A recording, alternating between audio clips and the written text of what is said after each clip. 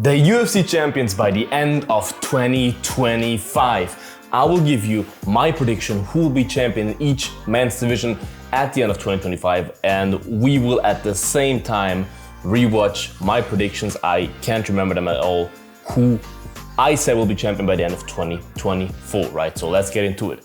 Hello and welcome to Bloodsport MMA. Assalamu alaikum Malada. Alright, so I would say let's get right into it. We'll watch what I picked last year and then I give you my pick for each division right after, right? So we'll skip through the intro. And right against my heart and hold my brain and say Amir Albazi. Did I say Amir Albazi? Am I f***ing crazy? Yeah, that's definitely not the case, but my pick for this year for Flyweight is actually related to Amir Albazi because he just beat Amir Albazi. It's Brandon Moreno. Because Brandon Moreno is 31, he's entering his prime right now. He looked as good as ever against Amir. He looked like a world beater. I think this version of Brandon Moreno beats Pantoja, even though I love Pantoja, but he's only getting older, right? He's at that stage where the age could be a problem for him, and he has a lot of problems in the stand-up, in my opinion. He always wins his fights because of his phenomenal grappling, and I think Moreno has the tools to finish him on the feet or win by decision by beating him up on the feet and not letting him control him on the ground, right? So I go with Brandon Moreno by the end of 2024. Then the Bantamweight division. Bantamweight. There, I do believe that Sugar Sean O'Malley will reign. Yeah, I mean, that's the pick of my heart. I hope that Sugar will regain his title. You know, I'm a big fan of Sugar. Been to the gym several times and love those guys.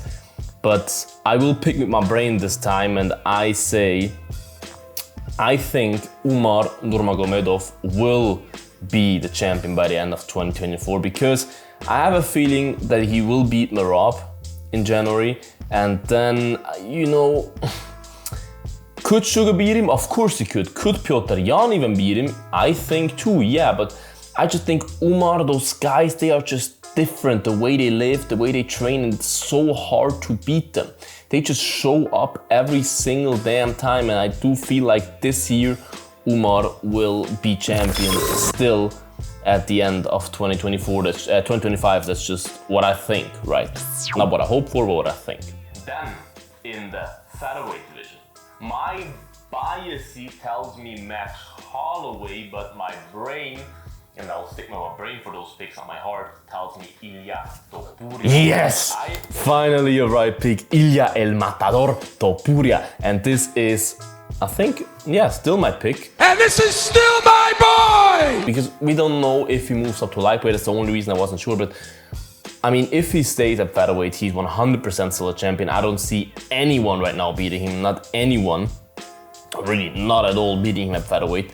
The only reason why maybe he's not champion anymore at the end is if he moves up and vacates, which I still think is stupid. But I think Ilya Topuria is still the champ by the end of 2025 at featherweight. There, I also have a new, and I know I'll get a lot of hate for this one. I think I know. But Arman? I believe that Arman Tsarukyan.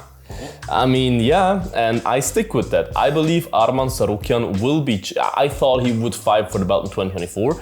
It was even planned for 2024, but it had to be kind of rescheduled for January. And I believe that Arman can beat Islam. I do believe Arman can be the best lightweight in the world. And I do believe that even if Arman loses against Islam in January, that Islam probably moves up to welterweight by the end of the year. This is my prediction. And that Arman, whatever comes, Arman will still be champ or will be champ by the end of 2024. Because even if he loses to Islam in January, Islam, I don't know, defends maybe again against Charles Oliveira in summer. Arman fights someone else in summer, wins, is a top #1 contender again. Islam vacates, Arman fights for the vacant belt, wins the belt. Arman is a champ by the end of 2025. This is my prediction. And then we move up to welterweight. I really do believe division. Oh no, could get out. There I also have a new, and the new probably Shafkat is the Nomad. Yeah. Rakhmonov. I mean, my pick for welterweight is a risky one now because first of all, this pick was not bad because he was scheduled to fight for the title at the end of the year and he did not lose his fight, but the champ had to pull out. So I don't think I should get too many minus points for that, right? But I think the champ by the end of the year at welterweight is a risky pick, but I think it's Islam. I think Islam will move up at the end of the year. He said several times he wants to move up, and I do believe he will eventually move up. Even if Bilal is still champ, I think they could fight each other. And I do believe that Islam could beat or would beat any 170er at the moment. Even though the division is so stacked, so there's so many guys that potentially could be champion. Jack Della Maddalena, Shafgold, all those guys, right? But I do believe that Islam will be the champion. He will move up. If Islam doesn't move up, I'd probably still go with Shafgold. Great success. 4 in middleweight. Then we move up one division again to the middleweight division, and this was the hardest one for me to pick, honestly. I mean, if I just give you the names, Sean Strickland, it's easy for me this year, but okay. Dricus Du Plessis, Rob Whittaker, let's say Hamza Chimaev, Brandon Allen are all possibilities to be the champion by the end of the year. Honestly, I do believe all of those. 20 minutes later.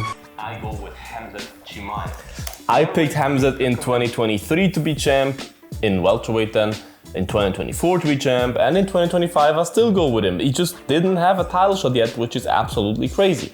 I do believe that, even though I'm a huge Sean Strickland fan, that he will beat whoever wins between Strickland and DDP in the rematch. I do believe Hamzat beats both those guys. Kill everybody! I don't think there's anyone in middleweight division right now that can beat Hamza Chimaev, so I will go with Hamza Chimaev champion by the end of 2025. And I think this is the biggest lock I can have. In the light heavyweight division.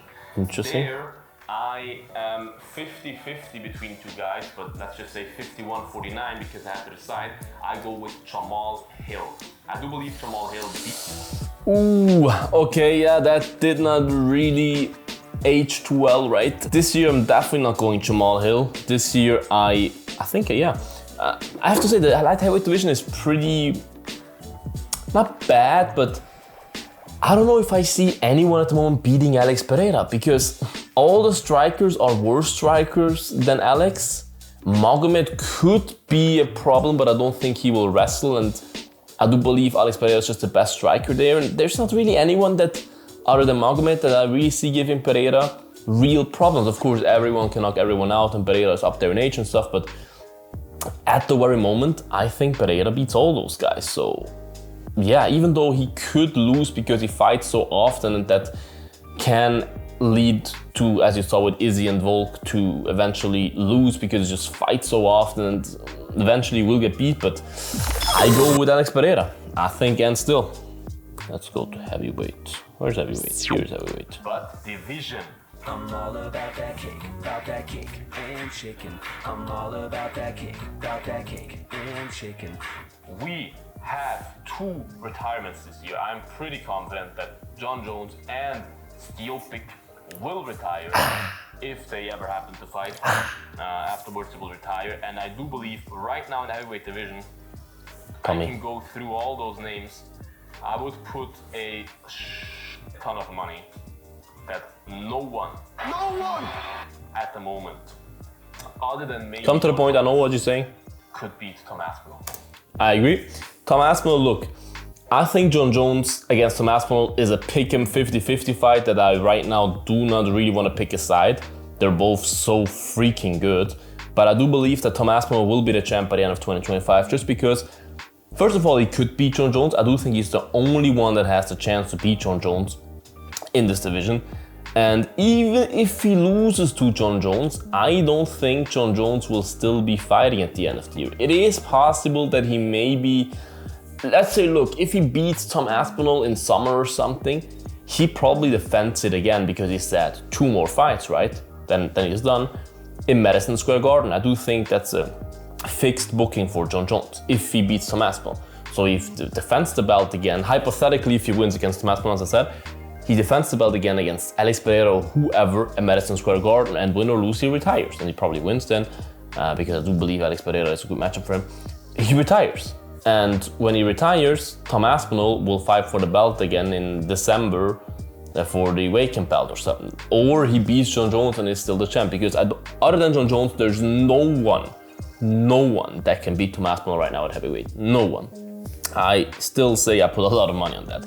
So that is my pick, Tom Aspinall, but I like to do those predictions with like hypothetical cases that I think are going to happen, like the John Jones retirement. So I say Tom Aspinall is the champ of the heavyweight division by the end of 2025. So those are my predictions, you guys. Make sure to write your predictions in the comments. Where do you disagree? Where do you agree? What are your predictions? Write them all in the comments. Would love to hear your takes. Make sure to like this video, subscribe to the channel, you guys. I would appreciate that. Make sure to check out the Bloodsport merch, bloodshop.net. We're about free shipping with the code FREE. Link is in the bio, you guys. Check it out. Stay bloody, and until the next one, bye-bye. Bloodsport out.